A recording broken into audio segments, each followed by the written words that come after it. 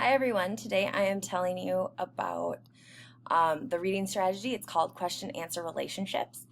And this is an after reading strategy that helps students with their comprehension of the text. So, like I said, it's an after reading strategy. Our book suggests that it is a good strategy for students in grades 3 to 12. It helps them increase comprehension of a variety of text at many different levels. The thing that's really neat about this is what teachers really do is help students learn how to locate answers to their comprehension questions. It shows the relationship between questions and their answers. And it does this by having teachers teach students different categories of questions and then the different types of questions within those categories. So as you know, questions that are you can find answers for questions that are located in the book or the ones that you have to find the answers to because the answer is in your head. And this also helps eliminate the idea that all answers are found in the text.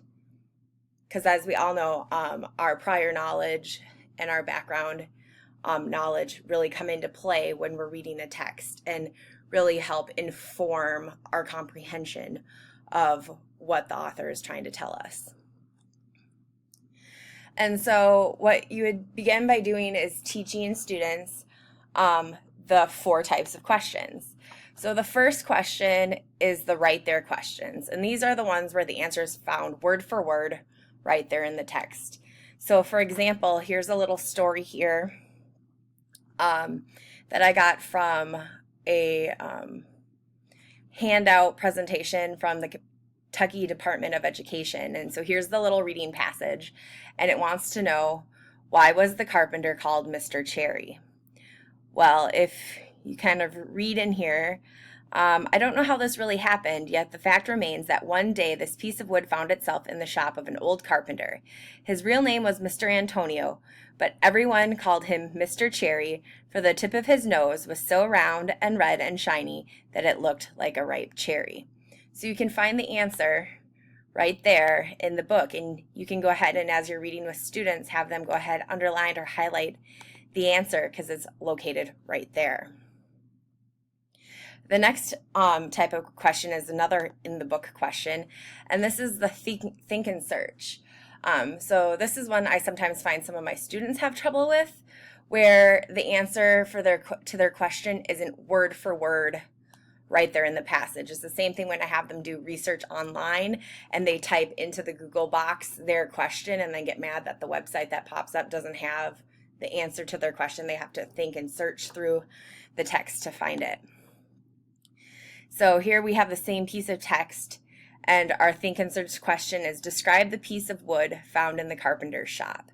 So if we kind of, well, we would skim and scan, but the students would read and find out words that would describe the piece of wood. So here it's not expensive, and once again, a strategy that you could teach them to do would be to highlight and underline. It's not expensive.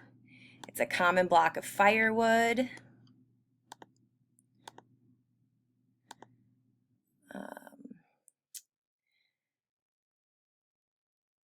Right.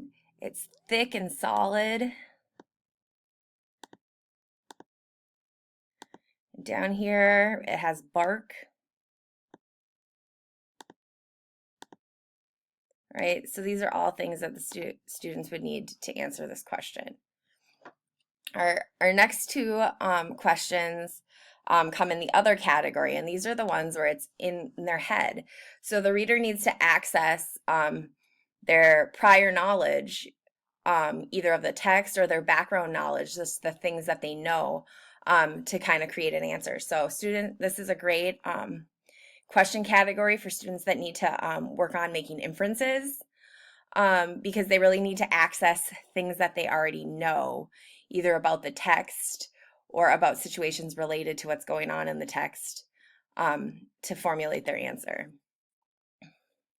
So for instance, this question is, how would a block of wood make a cold room warm? Well, if we're doing the right there or the search and the think and search, we would find our answer kind of in this part right here, where it says, just a common block of firewood, one of those thick solid logs that are put on the fire in winter to make cold rooms cozy and warm. Right? So like this is the piece of the text that this question is talking to, but it doesn't tell you how it makes the room warm. You'd have to talk about, that it's a piece of firewood, and, when you burn wood, it creates heat and it makes things warm, right? You need to know and understand the idea of fire and about heating things, kind of to make that connection and answer that question. And then our last type of question is on your own. And this is a question where students really have to apply their background knowledge and their personal experience to answer the question. So it might not relate directly to the text at all. It might be something else. So in this question, it's, do you think being a carpenter is an important job? Why or why not? And if you read our passage, it talks about Mr. Cherry, the carpenter, and that he's going to make a table leg, but it really doesn't say anything about the importance of his job. And so this one really has to do a little bit of thinking on your own to decide how you're going to formulate the answer to the question. And so if you want more information about this strategy, it's located on page 191 in our text. Otherwise, there's a couple of great websites that have really great handouts and other tips. Otherwise, Google QAR, and you come up with all kinds of really interesting ready-made resources and handouts and ideas for how to teach this strategy. Thanks.